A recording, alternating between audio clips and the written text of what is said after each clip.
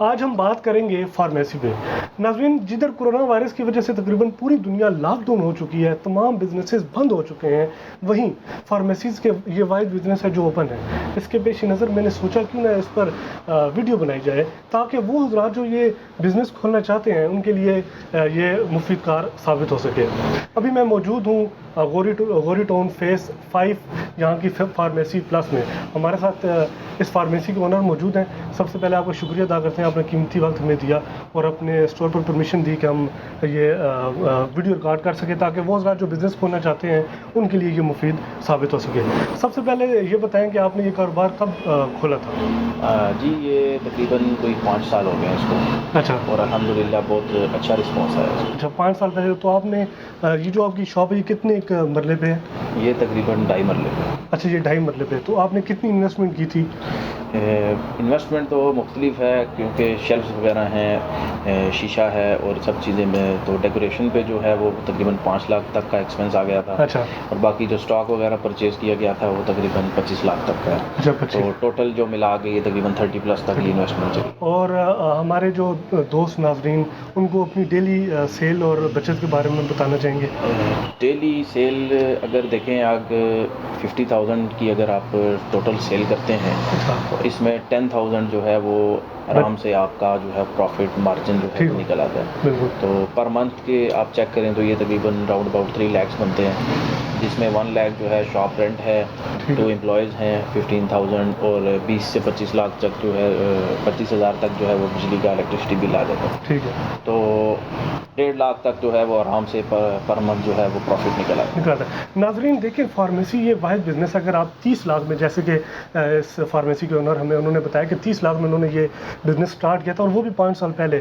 تو آلموسٹ مطلب 1.5 لاکھ روپیہ پر منتھ وہ کما لیتے ہیں. اچھا، آپ اس کیا نام ہے اس فارمیسی کے لیے کچھ جو لائسنس ہے اس کے بارے میں ناظرین جاننا چاہتے ہیں. ظاہر وہ بزنس کھولیں گے اس لائسنس کے بارے میں ان کا جاننا بے ضروری ہے. تو ناظرین کو اس لائسنس کے بارے میں تھوڑا سا بتائیں. لائسنس جو ہے وہ الاٹ ہوتا ہے فارماسسٹ کو جس کے پاس پروفیشنل ڈگری ہوتی ہے میڈیسنس کے حوالے سے. اس کی کچھ گورنمنٹ چارجز ہیں جو 10,000 روپیہ ہے، وہ آپ پے کریں گے اور آپ ایز اے فارماسسٹ وہاں پہ پیش ہوں گے تب آپ کو ایک لائسنس الاٹ کیا جائے گا. اچھا. اگر آپ کے پاس فارمیسی کی ڈگری نہیں ہے تو پھر آپ ایک فارماسسٹ کو ہائر کر سکتے ہیں جو کہ آپ کے لیے آپ کا بزنس پارٹنر بن کے اس کے نام پہ آپ میڈیکل اسٹور اوپن کر سکتے ہیں. اچھا، آپ یہ بھی بتائیں گے کہ لوکیشن میٹر کرتی ہے اس میں؟ اوبویسلی کوئی بھی بزنس جو ہے جیسے بھی آپ اسٹارٹ کریں گے اس کے لیے لوکیشن تو 100% میٹر کرے گی.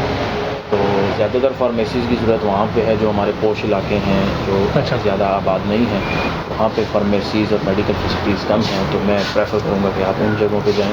ٹھیک ہے. اچھا، یہ ناظرین کو بتانا چاہیں گے کہ کوئی بھی حضرات جب یہ کاروبار کھول لیں تو وہ میڈیسن وغیرہ کہاں سے پرچیز کریں گے، اور نیشنل میڈیسن زیادہ مفید ہیں یا انٹرنیشنل؟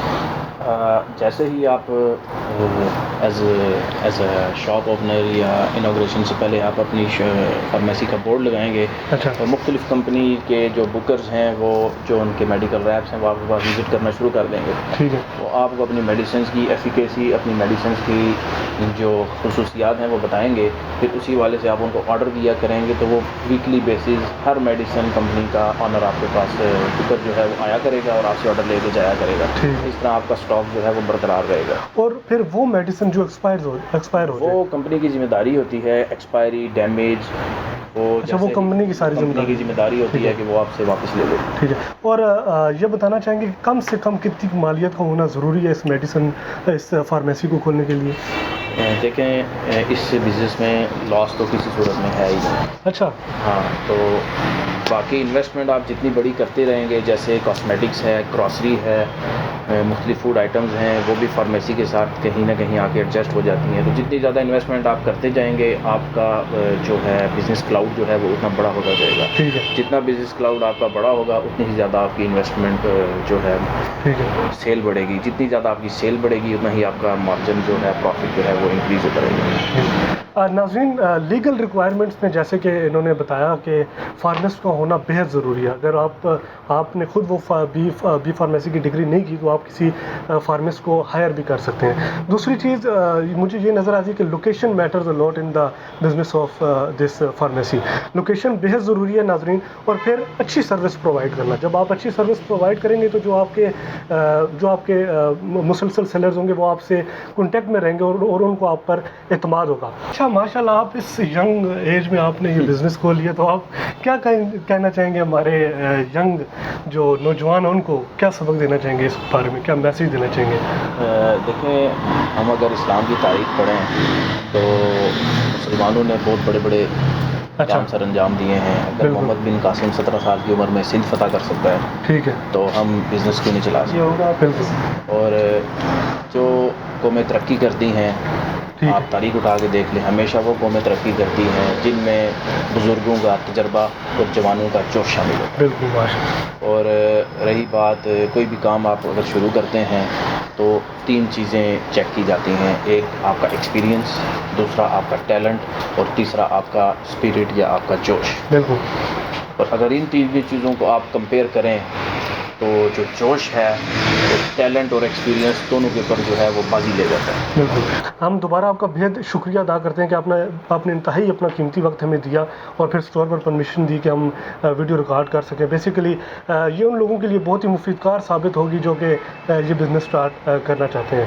اجازت دیجیے اپنے اس میزبان محمد احسان الحق کو. انشاءاللہ نئی ویڈیو میں آپ کی خدمت میں حاضر ہوں گا. شکریہ.